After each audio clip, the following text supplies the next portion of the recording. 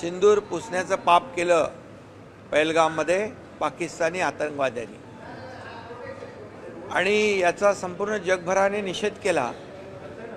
आणि त्या पहलगामच्या हल्ल्याच्या विरोधामध्ये आपल्या लष्करी जवानांनी आतंकवाद्यांचे अड्डे उद्ध्वस्त केले। याचा अभिमान सर्व तमाम भारतीयांना आहे आणि या लष्कराच्या जवानाच्या पाठीमागे देशाचे प्रधानमंत्री नरेंद्र मोदीजी खंबीरपणे उभे राहिले आणि त्यांना सांगितलं, खून का बदला खून से, ईंट का जवाब पत्थर से, गोली का जवाब गोले से।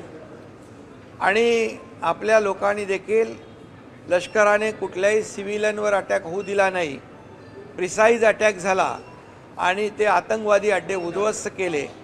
अशा प्रसंगामध्ये पाकिस्तानला ऑपरेशन सिंदूरच्या माध्यमातून एक जबरदस्त त्याला उत्तर या ठिकाणी लष्करी जवानांनी दिलेलं आहे। आणि लष्करी जवानांनी उत्तर दिल्यानंतर अशा प्रकारचं वक्तव्य काँग्रेसकडून होतंय, ही खरं म्हणजे हे चिंताजनक बाब आहे, ही दुर्दैवी बाब आहे, ही देशविघातक बाब आहे। हे देशप्रेम नाही, हे पाकिस्तान प्रेम त्यांचं उतू चाललेलं आहे।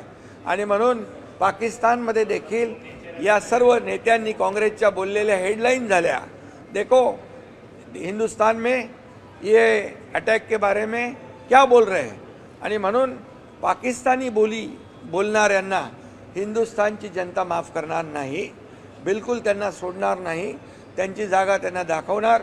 आणि म्हणून काँग्रेसचे जे कोणी नेते आहेत ते देखील यापूर्वी देखील राहुल गांधी यांनी देखील या पहलगामच्या हल्ल्याच्या विरोधामध्ये ते आपल्या लष्कराच्या जवानांनी केलेला अटॅक त्याचा हिशोब विचारता, किती ड्रोन पडले, किती विमानं गेली, किती तास युद्ध थांबलं। अरे त्यांच्या पाठीशी उभं राहायला पाहिजे होतं।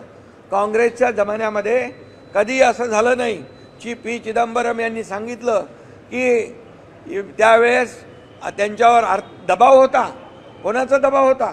हे देशभक्ती नाही, देशद्रोह आहे की आपल्या इथे मुंबईमध्ये साखळी बॉम्ब होत आहेत, 26/11चा हल्ला होतोय, त्यावेळेस अशा प्रकारचं सडेतोड उत्तर त्या तत्कालीन काँग्रेसच्या सरकारने दिल्लीच्या घ्यायला पाहिजे होतं, पण दुर्दैवाने त्यांनी त्यावेळेस ते धोरण घेतलं नाही।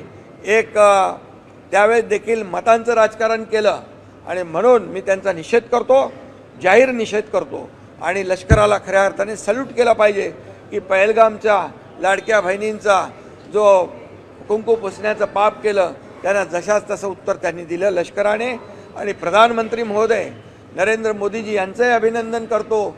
त्यांनी म्हटलं की या ठिकाणी खून और पाणी एक साथ नहीं बहेगा, याला म्हणतात देशभक्ती, याला म्हणतात राष्ट्रभक्ती। आणि काँग्रेसने अशा प्रकारचं वक्तव्य केलं तर त्यांची कबर या देशातली जनता खोदल्याशिवाय राहणार नाही।